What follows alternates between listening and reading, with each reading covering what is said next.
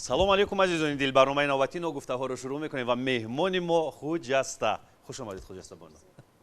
وقتی که خجسته در روی صحنه برآمد می‌کند، هنرنمایی می‌کند، ترانه می‌خواند، با این صلابت، با این ارادت، با این شرافت همه مخلصانش گمان می‌کنند که پیراهایی که خجسته طی کرده است همیشه گلپوش بود، هموار بود و یگان مانعی نداشت این پیراه.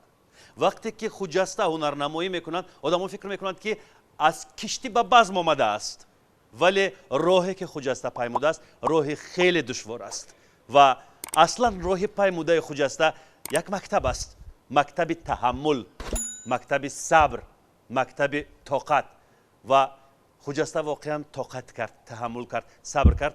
مشکلی های زندگی با اصلاح ایرانی ها یواش یواش پشت سر شدند و روزهای زیبا فرا رسیدند. اینک شروع میکنیم. چی روزگاری داشتید در بچگی، در کودکی؟ همش را یک با ما قصه کنید.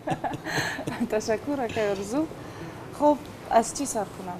دوران کودکی از من، بچگی ها. بله، دوران کودکی من در یکی از در باغستانی ناحیه شهری نو گذشته است. در اونجا ما یک حولی داشتیم، سبز خورم. بله. همونجا زندگانی میکردیم. بعد صنف 4 من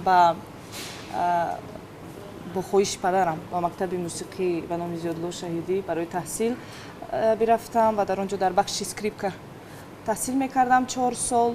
حالتهای شدند که در زندگی من مجبور شدم که مکتب رو بگذارم، بله، ترک کنم و بعدا از صنف 8 تا 11 در یک مکتب عادی تحصیل کردم. از ناحیه شهری نو ما کوچیده به شهر ترسی زاده رفتیم با مادرم. یعنی همون حالت ها چی حالت ها بودن؟ جداشوی والدینم، بله. یعنی جدا شدن. در اویلا شما یگانه دختر هستید یا که با خواهر دارید؟ نه، ما 3 دختر هستیم. من دوم فرزند هستم در اویلا. فرزند کلانی نامشان چی است؟ ممتاز. ممتاز، این قدر نامی زیبا. درود ممتاز جان.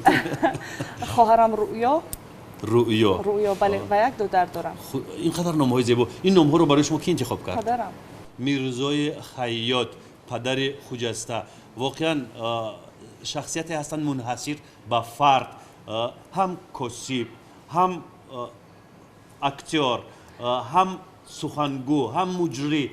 خلاصه من فکر میکنم که هنر به طور ژنتیکی از پدر به خجسته گذشته است. مادرتون یگان؟ مادر من معلمه هستند، معلمه زبان روسی و ادبیات روسی. عین حال در دانشکده زبان ها کار میکنم، فعالیت میکنم. تو جای من میدونم پدر شما زاده ولایت ختلان، انیقترش زاده ناحیه بستانی فرخار است. فرخار، بله، پدر من در فرخار به وی رسیده است. مادرتون چی؟ حصار. یعنی چگونه این دو نفر، یک از فرخار دیگر از حصار آشنایی پیدا کردن؟ در وقتی تحصیل کردن مادر من تحصیل میکردن، پدرم نیز در شهر بودن، اما اونجا شناس شدن، عاشق شدن، بله. یک عشق زیبایی داشتن در جوانیشان و بعدا به هم دیگر رسیدن.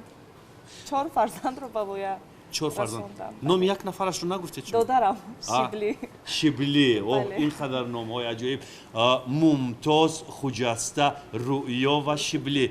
نام های زیبا. با شبلی و رؤیا و ممتاز بار دیگر درودی تهیه‌گران برنامه نگفته‌ها رو میرسونیم.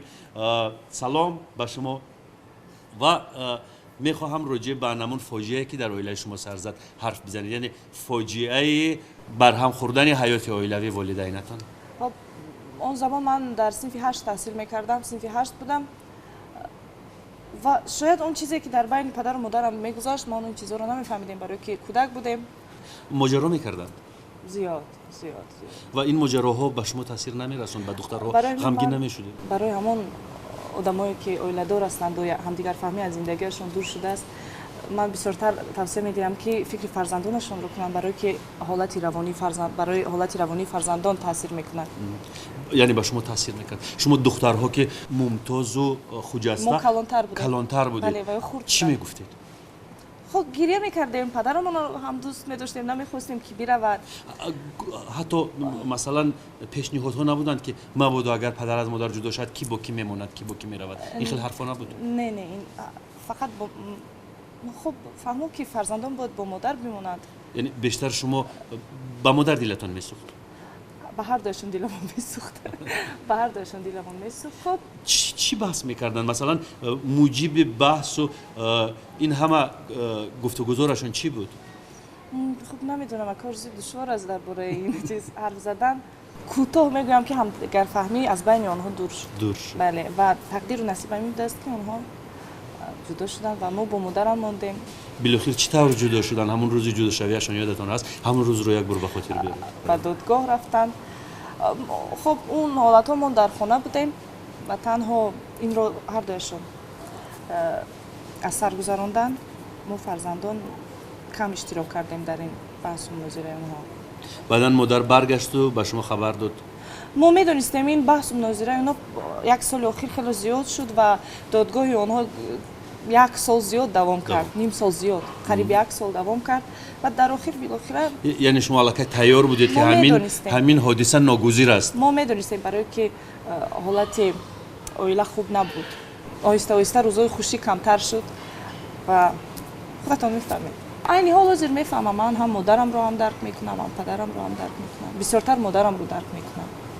برای که 4 فرزند رو مادرم به وای رساند. به همه ما تحصیل رو اجازه داد. ما خواندیم، همه ما رو به وای رساند، نگاه کرد. یعنی کار میکرد مادر شما؟ مادر من کار میکرد. اولا در وقتی که ما در شهر نو بودیم دیرکتور مکتب رقم 10 بودند. بعدا در کالج کار میکردند، معلمه بودند. همه وقت معلمه بودند. کار میکردند با همون معاششون 4 فرزند رو به وای رساندند. رابطه شما با پدر قطع نشد بعد بر هم خوردن ازدواجی آنها؟ قطع شد گویم خطا نمیکنیم. ولی خب ما کوشش میکنیم گاه حرف بزنیم. و میخورید؟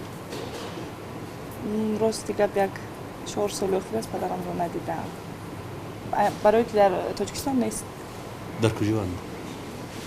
در شهر مسکو. و هجرت رفتند؟ بله کار میکنم اونجا فعالیت میکنم. اویلا برپا کردند؟ بعد از مادرم یک بار دیگر نشد بازم. باز بر هم خورد ازدواجشون؟ شاید خاراکترشان دشوار باشد. فرزنددار نشدند از ازدواج دوم؟ شدند. پسر دختر؟ پسر. رابطه دارید؟ نه.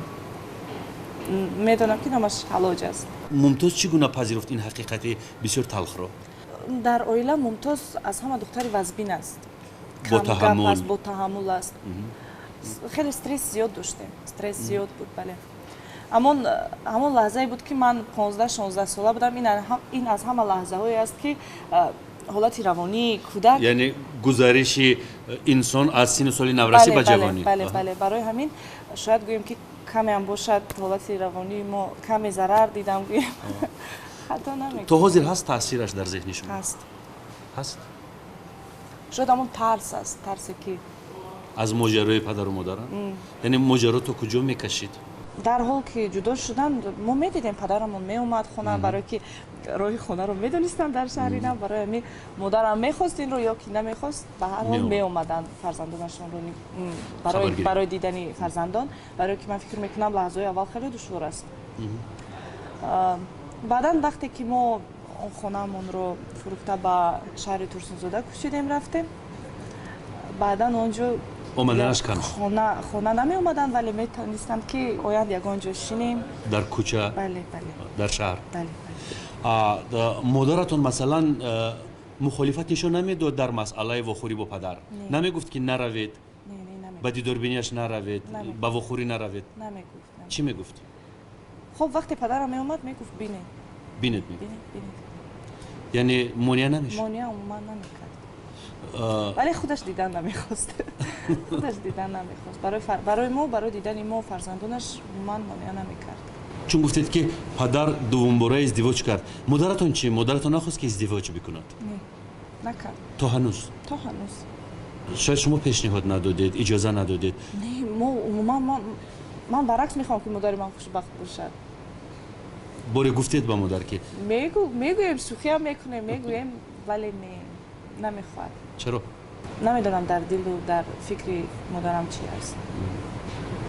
برای خیلی روحی دشوار رو در زندگی گذراندن برای همین شاید. چنان که گفتم ممتاز دختری وزبین بود و از همه دختری مهربان در عائله من ممتاز است. بله. یک характери қавӣ мустаҳкам дорад ки баъд аз рафтани падарам аз оила шояд гӯем падарамон мумтоз буд.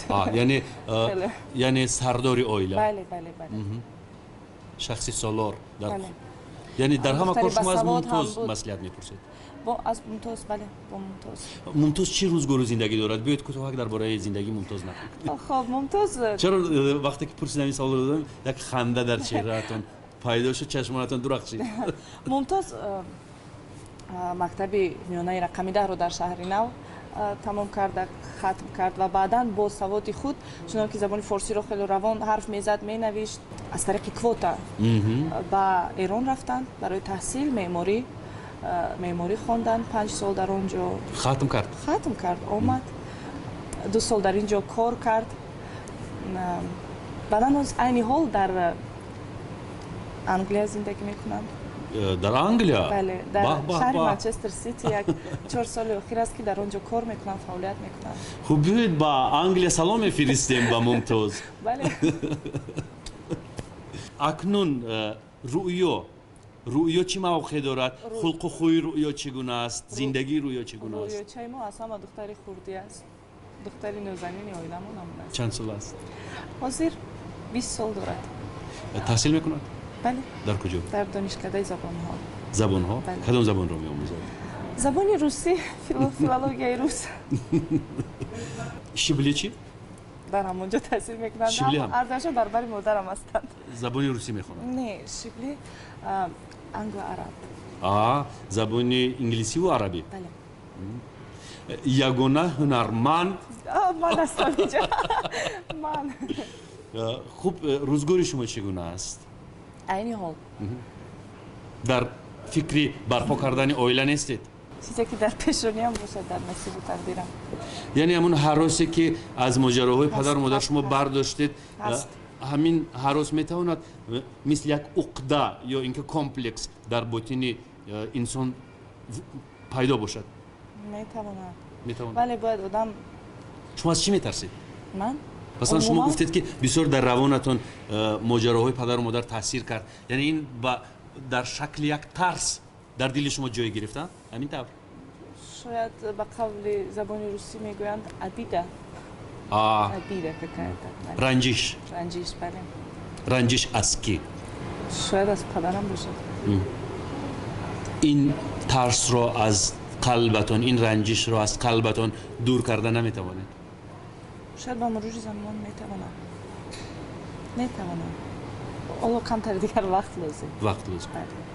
барое ки модарам танҳо моро ба воя расонд ва мо низ аз ман худам аз 17 солагӣ кор кардам.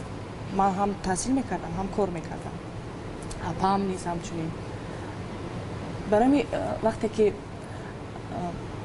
зан дар зиндагии мустақилро аз ҷавонӣ шурӯъ мекунад, хеле зани устувор мешавад. вале шумо аз 17 солагӣ гуфтед ки корро шурӯъ кардед. чӣ кор? чӣ хел кор? кору фаъолияти ман роҷеъ ба санъату ҳунармандиам буд. яъне бо овозхонӣ алоқамандӣ дошт? ба қавли забони русо мегӯянд я подрабатывала. донишҷӯ ман намехостам ки модарам мо дар Турсунзода зиндагӣ мекардем. ман душанбе ҳар ҳафта меомадам мерафтам. дар ин ҷо хоб ҳуҷра мегирифтем.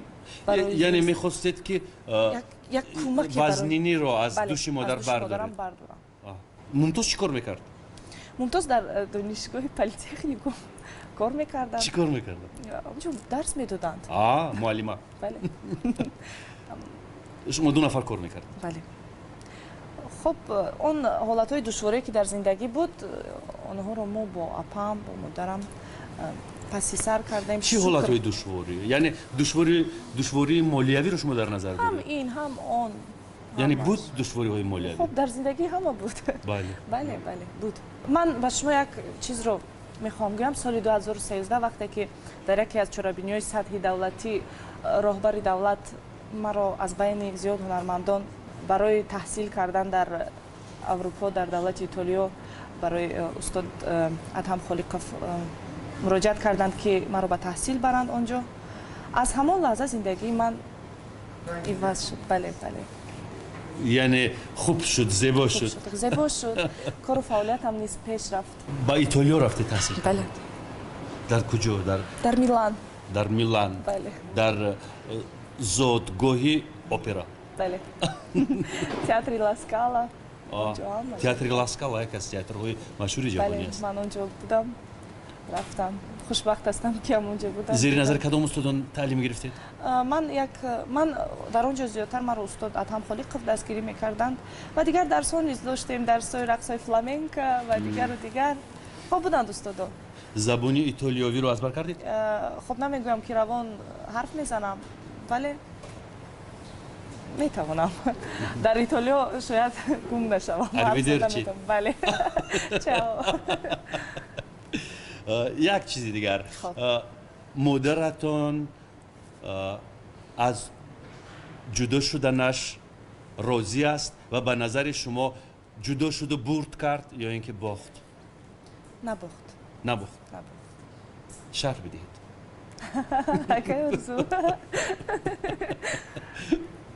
خب چون که من گفتم بودند حالتهای دشواری که برای یک زن به وای رساندن 4 فرزند با یک معاش معلمه بودند من فکر میکنم آسان نیست حالتهای بودند ولی طاقت کردند صبر کردند ازدواج نکردند بازم خودشان را فدا کردند برای زندگی ما ولی با وجود عین حال فرزندانش کلان شدند و دستگیر مادرمان هستیم چی خوجسته مثلا میدونید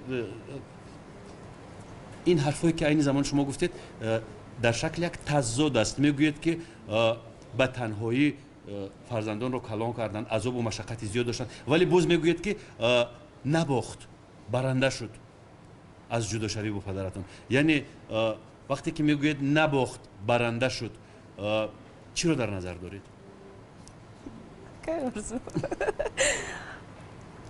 یعنی شاید اگر من فکر میکنم که روزی خوش رو نمیدید انا این جوابی دقیق است بله روزی خوش رو نمیدیدن یعنی زندگیشون دورنما نداشته به نظر شما مثلا برای پدر کی عزیزتر بود و از بین فرزندان پدر برای کی عزیزتر بود اگر راستش رو گویم باور نمیکنید از همه دختری دوستداری پدرم من بودم البته برای که همه وقت در برش بودم وقتی حالتایی که جدا هم در حالت جدا شوی هم بودن از دستم گرفته ما از شهرینه با پویست هر سر با خطاره بله با خطاره ساعت 5:10 یادم است پویز می اومد در خنوکی در زمستان می رفتیم از دستم گرفته اسکریپ کم در پشتم هر روز شنبه مرا می آورد روز دوشنبه مرا می برد ویولنچل می نوازید بله می نواختم حاضر چی حاضر زیادتر با آوازخوانی و با درس دادن آواز حالا چی حالا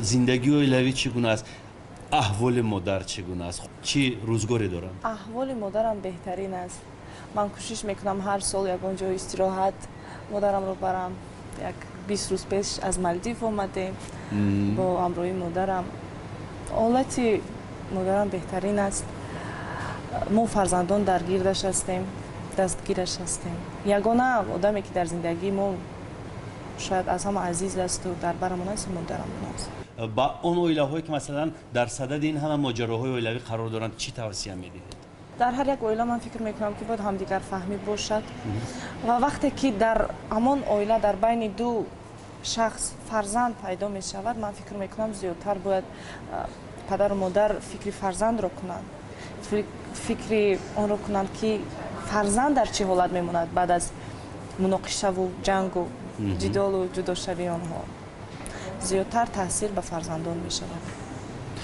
سوال آخرین شوهر آینده خود را چگونه میبینید شما خب میدونید در زندگی من خود یک زن استوار هستم یک قوی اراده هستم برای من میخواهم که در زندگی یک مرد در زندگی من پیدا شود که از من قوی تر باشد حرف و سخنی اون کس برای قوی باشد بله بله خب اساس عشق است حرمت است چرا مثلا به اکثر بانوان مردهای بسیار آرام طبیعت رو دوست می‌دارن، مردهایی که از گپی مثلا زن نمیبراید، این گونه مرد رو نمیخواید؟ نه نمیخوام این گونه مرد رو نمیخوام.